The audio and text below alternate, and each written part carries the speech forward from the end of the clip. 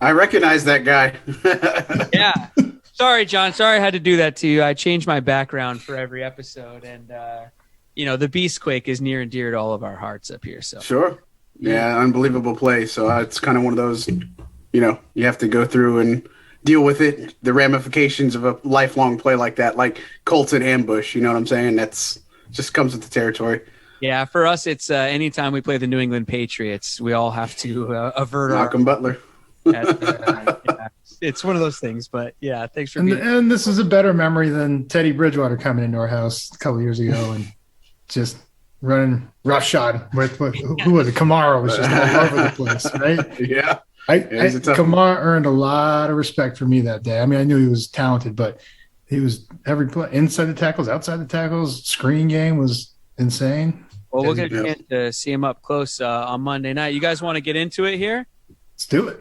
All right, let's go. Let's hit the theme song. Let's get this crowd going now. Come on, get him up, get him up, get him up. On 3. 1, 2, 3. Oh. Lofa Tatupu is up in the mix. Go Hawks. I'm just about that action, boss. Takes the snap. He's going to throw down the middle. What a catch. It's intercepted by Lofa Tatupu. Holy catfish. Hey, that's great football now. It's going to work now. Let's keep playing. Who's got my back? I got your back. That's Lofa. The player. Trouble plant. Thunder. On 1, ready, play. Russell looking. Russell scrambling. Pump faking.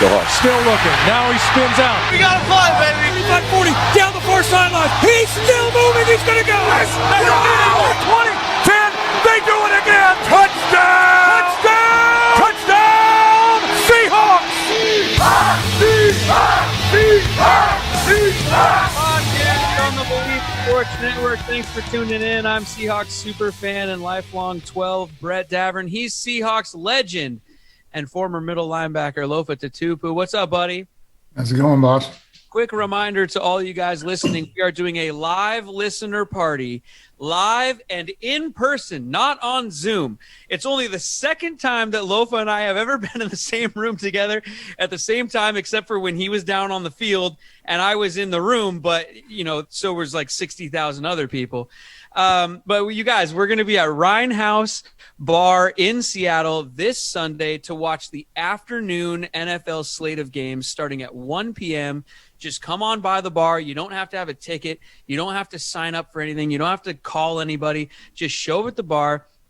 Be ready to watch football and have some fun with us. We're going to be doing some contests and giveaways and trivia. We're going to have a raffle. You can buy a raffle ticket, and all of the money raised will go to Special Olympics Washington. 100% of the proceeds from our raffle will go towards that. And really, we're just wanting to hang out and talk football and chop it up with you guys and meet you guys in person and be there and have fun with everybody. So come on out to Rhine House this Sunday, 1 p.m. Producer Katie will get me the address for the end of the show. You guys can send us emails, as always, anytime, seahawkspod@gmail.com, or hit us up on social media at Bleav in Seahawks. As always, this show is brought to you by, let me go to the copy, BETONLINE.AG, your online wagering experts. Jump on there and put a wager on the Monday Night Football game if you want. The early line is the Saints minus 3.5 with a 44-point over-under. I would hammer the under in this game, I think. Maybe. Yeah. Right? What do you guys think? John? Any thoughts? No? Yeah, I think so. I think this is a week where the Saints have kind of figured out a lot of things offensively. I mean, it's still not a perfected product, but look, we've seen the good, the bad, and the ugly from this team. You're getting ahead of me. You're taking the under, right? No, definitely not taking it. I'm with John. I'm going over. BetOnline.ag, everybody. Promo code, what is it, Lofa? They keep changing it on us. Bleav 50. That's right. For your 50% welcome bonus, BetOnline.ag, your online wagering experts. Okay, John. He's raring to go. John Hendrix joining the show from at Bleav in Saints right here on the Bleav Seahawks Network. Find it at Bleav Saints on social media, everybody. John, yeah, let's get into it, man. Early thoughts about this game, Seahawks versus Saints. What's the story with the Saints this year anyway? Yeah, it's a tough team to figure out. Like I was saying, it's the good, the bad, and the ugly that we've seen. Week one, everybody's like, man, this team's for real. And a lot of emotions they were playing with. So, that kind of carried it over a little bit.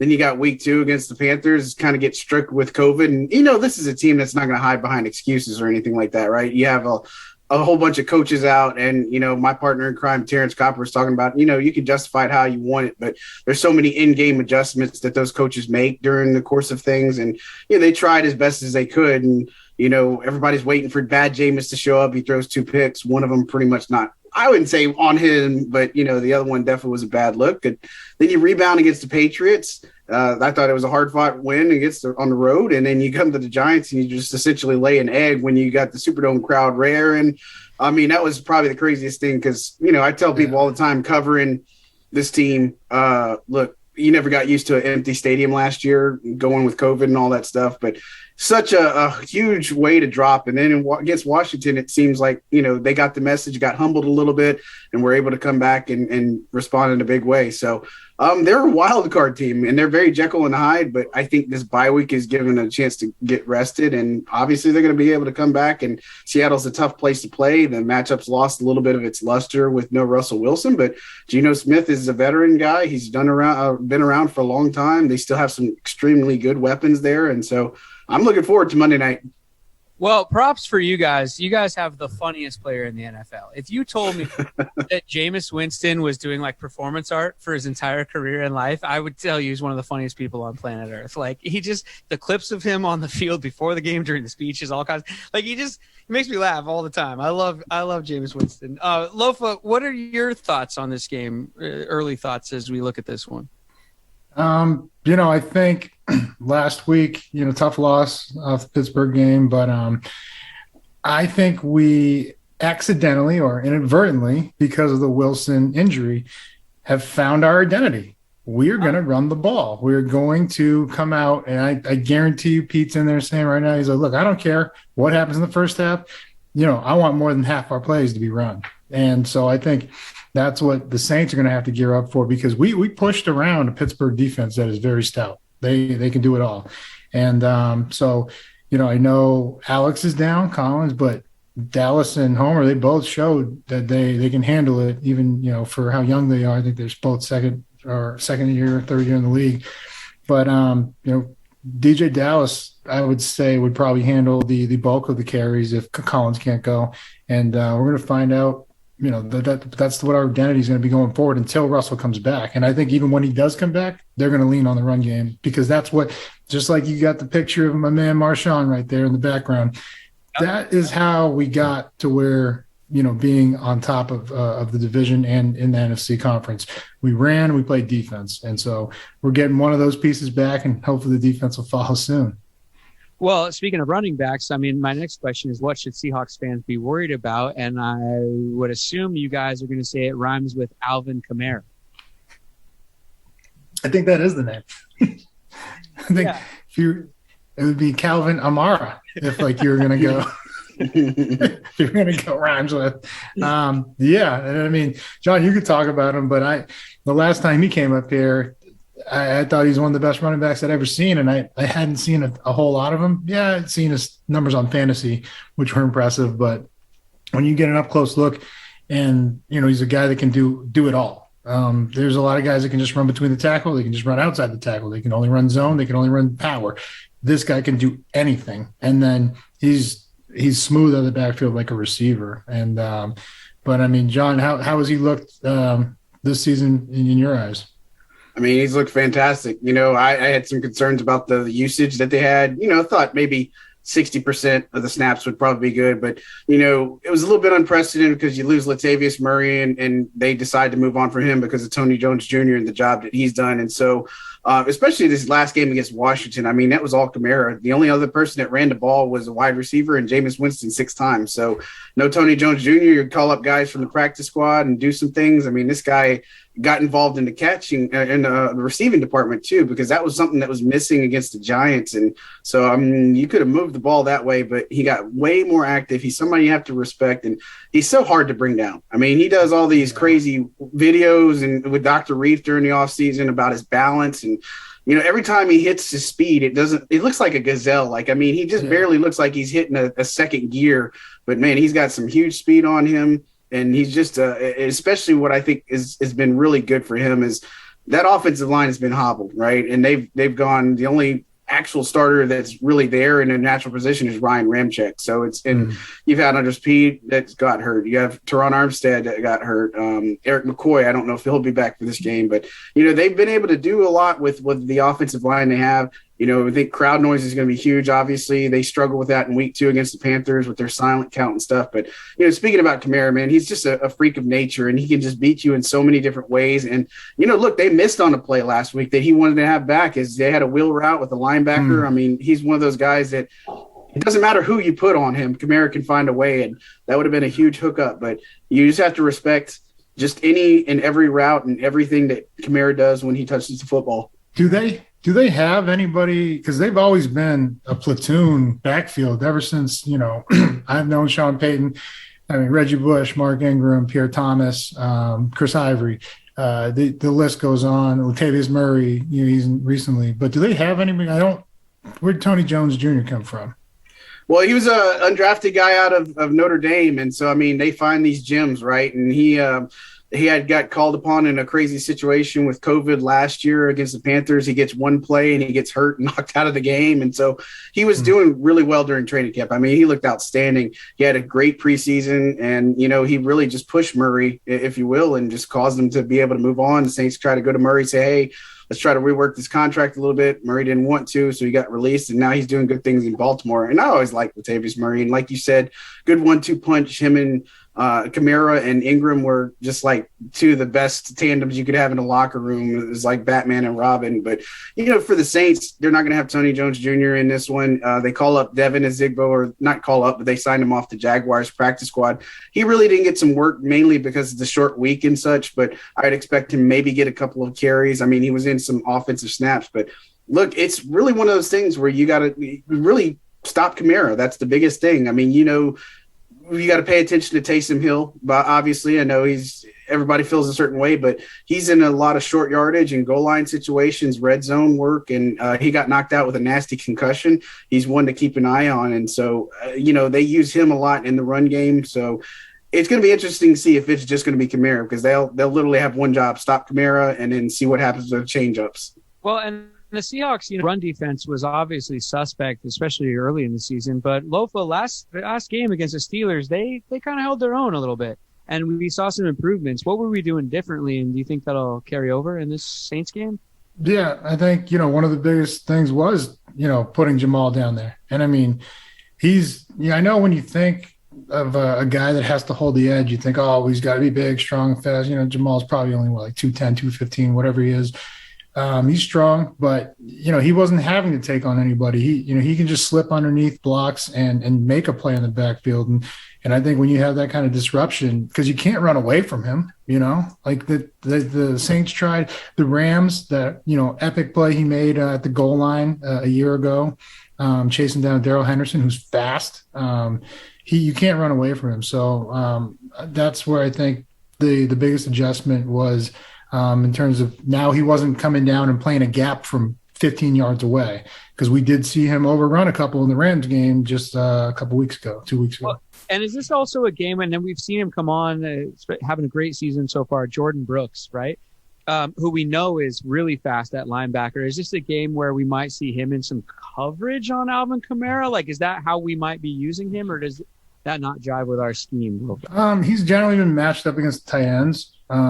You look back Conklin, Minnesota, and then, a couple other, he was matched up with tight ends. And we generally leave Bobby to, the best linebacker in the game to match up against the running backs. Okay. What should Seahawks fans be worried? Or wait, I asked you. That was my first question. I got to scroll down. What should Saints fans be worried about going into this game? Lofa, when it comes to these Seahawks, man, it's a much different team than we started out with at the beginning of the year. Yeah, and again, I think it's, the run game. That's been newly found, so that's really all I have on that. That's what they have to be worried about, is that we are going to try to establish the run, and we have the stable of backs to do it, which, in years past, it's almost like they're looking at a mirror image. The Saints are like with all the running backs they used to have. A lot of injuries, though. They put up that graphic during the Steelers game that Tyler Lockett and DK Metcalf are like over 50% of the offense or something. Did you see that crazy stat? We throw it a lot. How's the Saints secondary, John?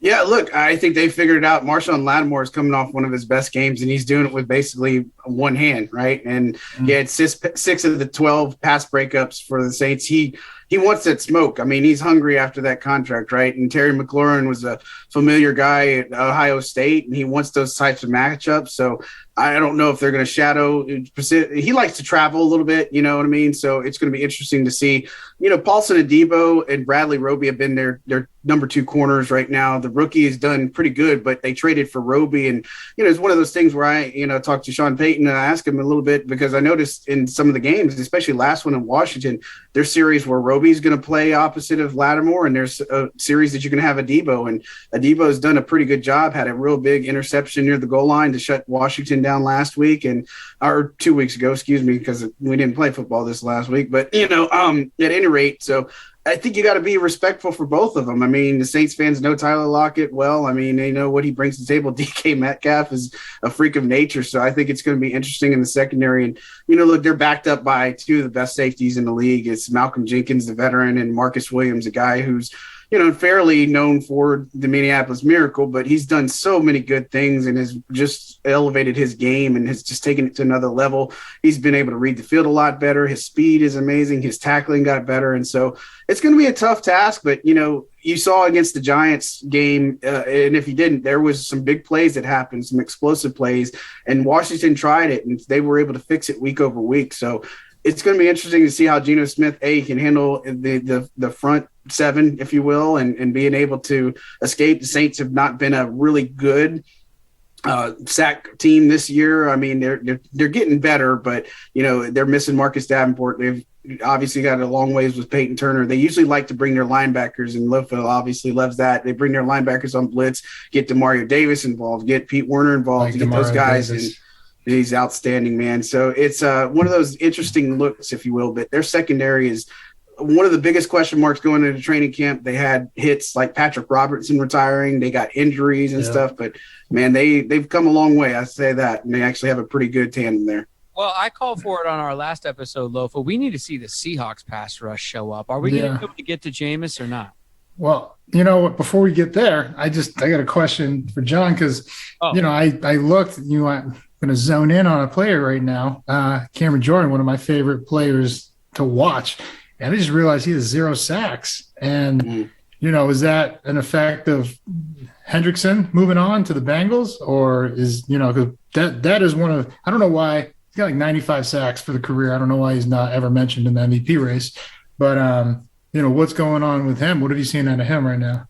Yeah, look, I mean, Cam's obviously he's an older veteran, but he's not going to hide behind that type of stuff, obviously. And he's such a disruptive force. And, unfortunately with pass rushers, if the sacks aren't there, then all the other analytics and all the other stuff that does show up, like good run defense or just being able to do a lot of different things, they don't show up on there. And that's some of the things that he's been able to do. Now, obviously the end result is the sacks. And, the Saints typically when teams play the Saints, the best thing to do is them to get the ball out quickly. That's what Daniel Jones did. That's what Taylor Heineke did. That's what a lot of teams, even when they faced Jalen Hurts last year against Philly, that is your best weapon against the Saints, is because if you give them too much time, they like to bring a lot of stunts, blitzes, and twists and different things on the line to be able to get after the quarterback. And so, look, Cam Jordan, he's doing what he can off the edge. And, you talk to Cam, he wants it more than anybody, and he's going to be as vocal as he can about it. But slow start. They have some good pass rushers opposite of him. The rookie Peyton Turner's done good.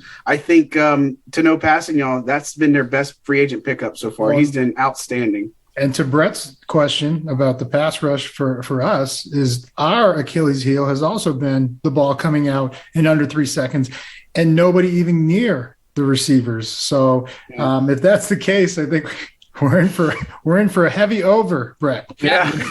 Maybe. Hammer the over, everybody. Hammer that over at BETONLINE.AG. John, if you're looking for quarterbacks who hang on to the ball, you guys have come to the right place.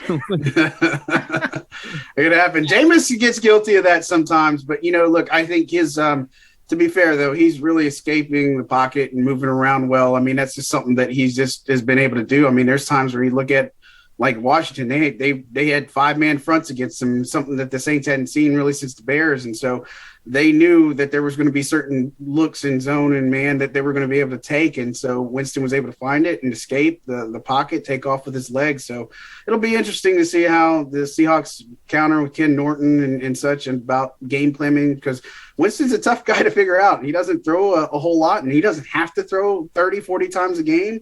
But, if they can isolate Kamara, it might give him a chance to kind of do a little bit differently and against Winston. Who does he have out there as his primary targets?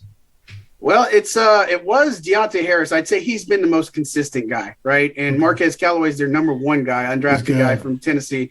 He's done outstanding. He had that big Hail Mary. He also had a big play with some picks that he had got in the end zone. And that's kind of what we had seen in training camp and preseason. But, Harris has been their big guy. He had a hamstring injury. We'll see about his status. I mean, benefiting from an extra week has definitely helped him out a little bit. And, obviously you remember that game in 2018 or 2019, that was his rookie year. He took the punt back. I mean, that was just kind of what set the tone for that game with Teddy Bridgewater and such. But he's just somebody, A, you don't punt to, and B, you got to respect because he's such a vertical threat and can do, so many other things other than that. But they're trying to get more guys involved, like Adam Troutman, their tight end, Jawan Johnson, their tight end, and another undrafted guys. I mean, that's kind of the theme for this team is they love finding these undrafted gems that just absolutely flourish. Sean Payton, man, he's a real wizard at that kind of thing, over the years, especially with wide receivers. I mean, how does a guy like this go undrafted in the first place, though?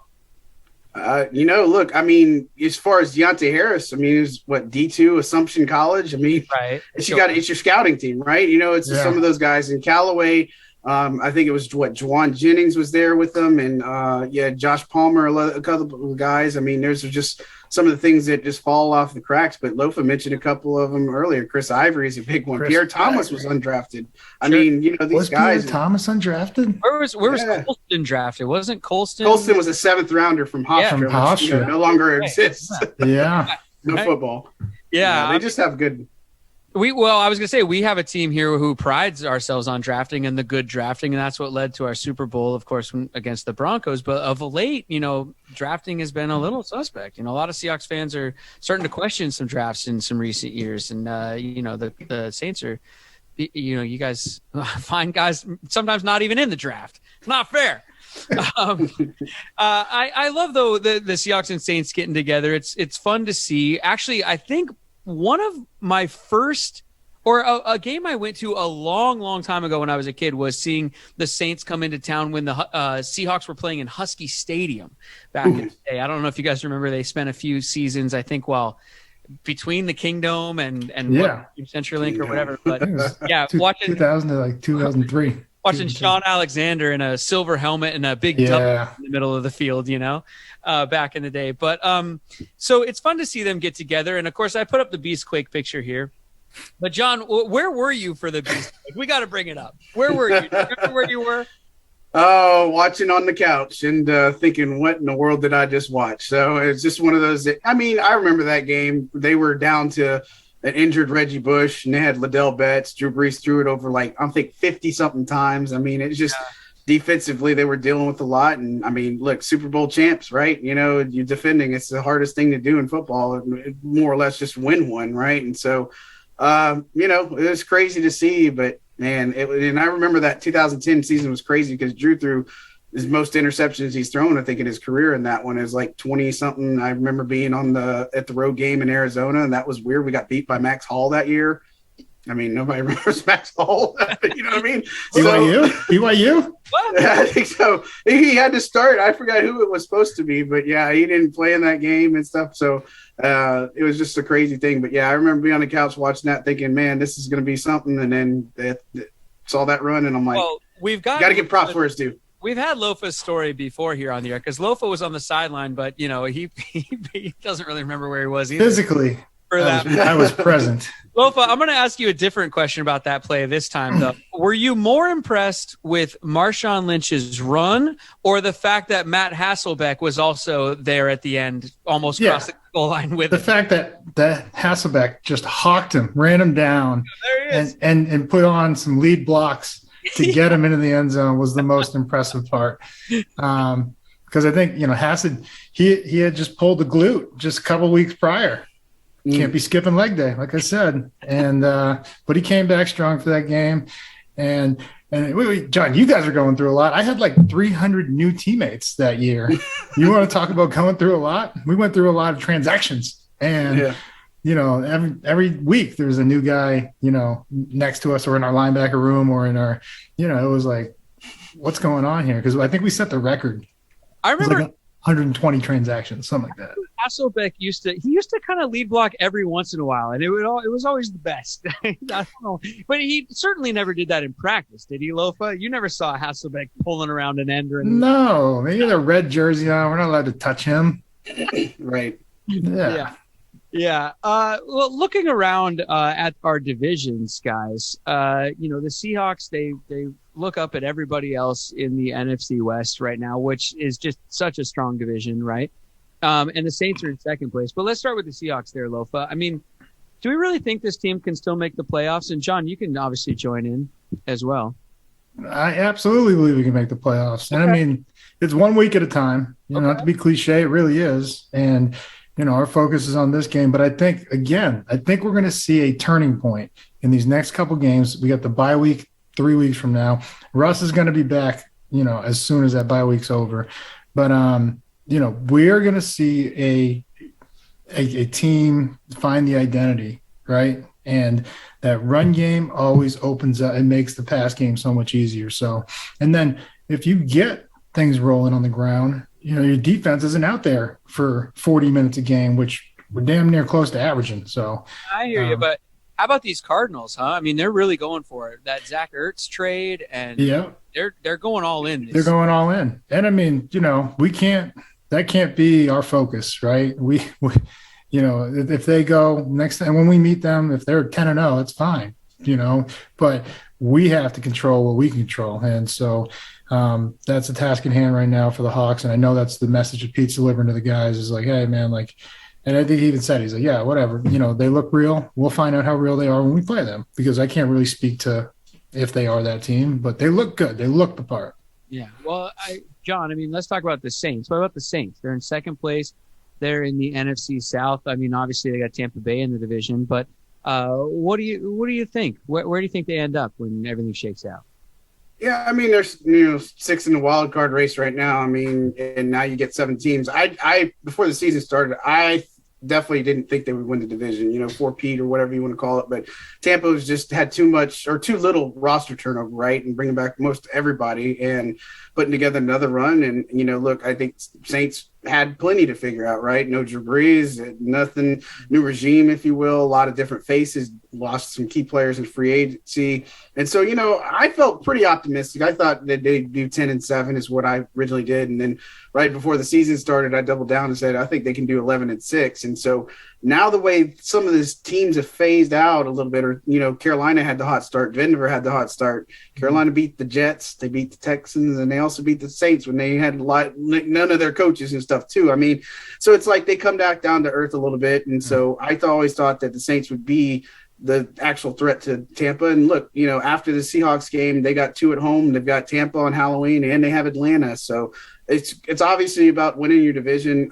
And I think there's a chance, but they're going to need some other chips to fall there. But look, I feel good about them making it as a wild card team. And I think the biggest thing is they're healthy. They're going to get healthy down the stretch when it counts. And, they're going to get Michael Thomas back in several weeks. They're going to get Traquan Smith back, I believe, this week. They're going to get their kicker back. I mean, you look at other things. We don't talk about it. We hadn't talked about it, but I'm very terrified to see them try a field goal. They only have 1 field goal make for the entire year, and they've tried it 4. So they're only 25%, missed 2 extra points. And Seattle's a weird place to kick, especially with that fan stuff. So it could be an advantage on special teams. And we get poached a kicker, Brian Johnson, off the Bears practice squad. But look, I still think, given that they're going to get healthier down the stretch, they got some tough games, Tennessee on the road. They've got Buffalo and Dallas in back-to-back weeks on Thanksgiving and then a Thursday night game. And then they got to play at Tampa on a Sunday night game. So I think those 4 games are what's going to define whether this team is for real or not and is a pretender or contender. Well, speaking of zoning in or, getting really into this game here, let's move on to our zone in segment, shall we? Zone in CBD, everybody. The best CBD in the game. It's Lofa's company. ZoneInCBD.com is where you go to pick some up. You can sign up for a subscription so that it shows right up to your doorstep. You don't even have to think about reordering, or you can pick it up in person at Bartell drugstores up in the Pacific Northwest. There's also a promo code if you're buying online, right, Lofa? Bleav, BLEAV. For 20% off of your purchase, whether it's capsules, the tinctures, the topicals. Tinctures? Am I still not saying it right? It's just you have an accent when you say tincture. It's I have an accent? All right. Yeah. Hey, I got a question real quick, actually. How come some CBD companies I see out there, they like smoke the CBD, but do you guys have that or no? Vape cartridges? No. Yeah. No, it's, I mean, I do own a cannabis farm as well. So I do believe in cannabis, but I don't know if that's a product right now in our roadmap to get people to be the healthiest they can be. I understand.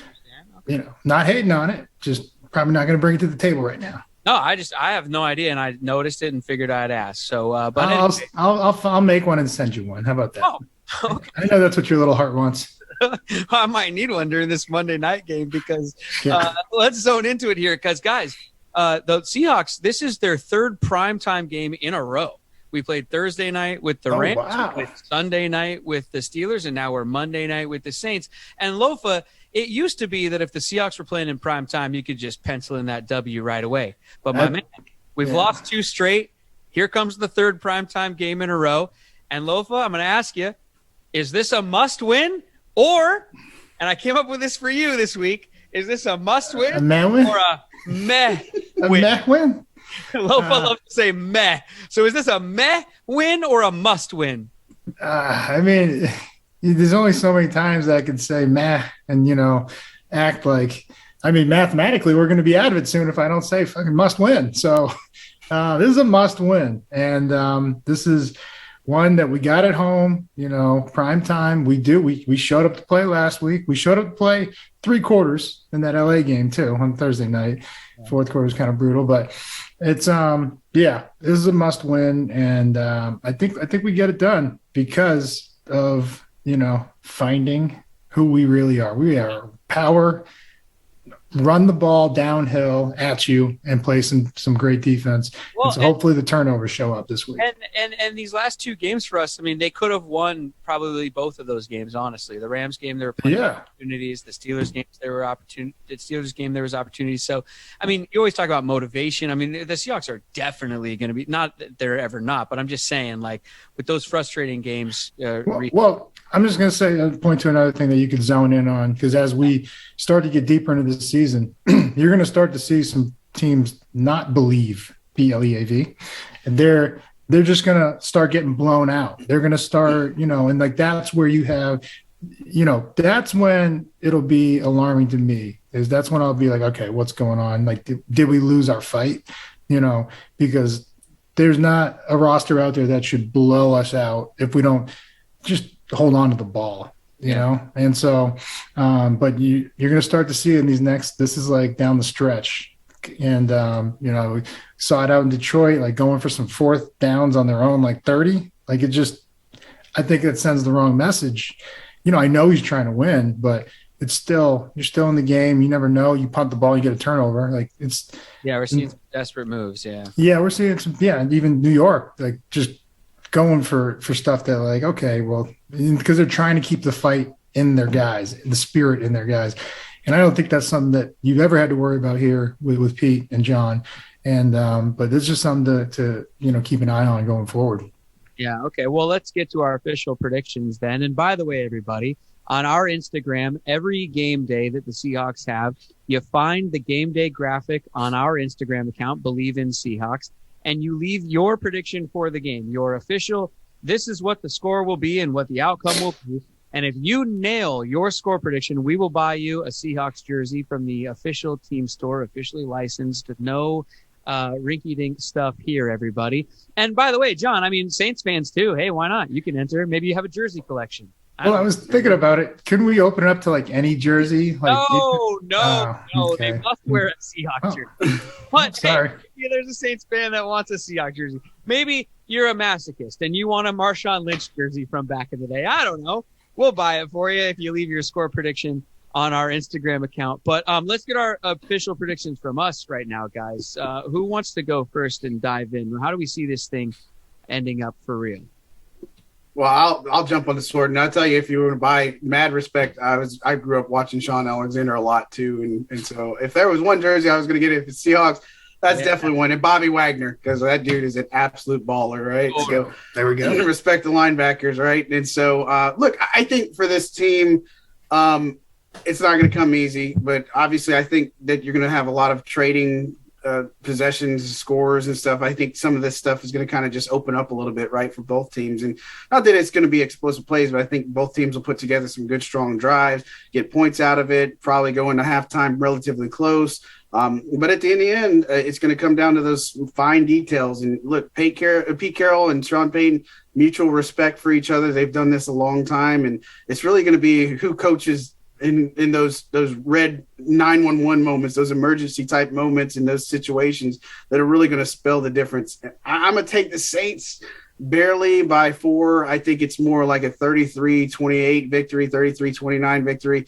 I do also remember the time where the Saints were in there 2013 and got humbled like you know what, because they were doing so good, and then they got smacked by Seattle like 34-7. They got the drawers, and then they only came back for that playoff game only to lose again too after all that Jimmy Graham running their mouth stuff too. But I think that Seattle's a tough place to play, but I think the Saints team getting healthier, being able to put together some things, lean on Kamara, lean on a good Jameis Winston, and they'll be able to get a win.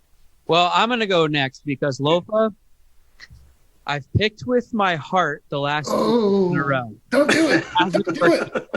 Don't do it. So this week I'm gonna predict with my head this week and hope that it goes the other way. Okay, so I'm trying to do some sort of reverse psychology. Shake it up. I see. Yeah, I like it. But so I'm gonna, and I always go kind of a weird score.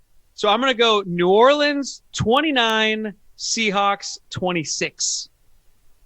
In a close one with some missed opportunities, and we'll see what happens. Hopefully I'm wrong. Lofa, I'm going close, a barn burner, if you will. Hawks 24, Saints 23. I think they miss an extra point. Okay. All right. It could happen. Because he said the kicks. Because he said it could happen. I threw that out there for you, Johnny. Could happen. Yeah. There you go, everybody. Leave your predictions on our Instagram account at Bleav in Seahawks. Wait till the game day graphic comes up and then leave it in the comments.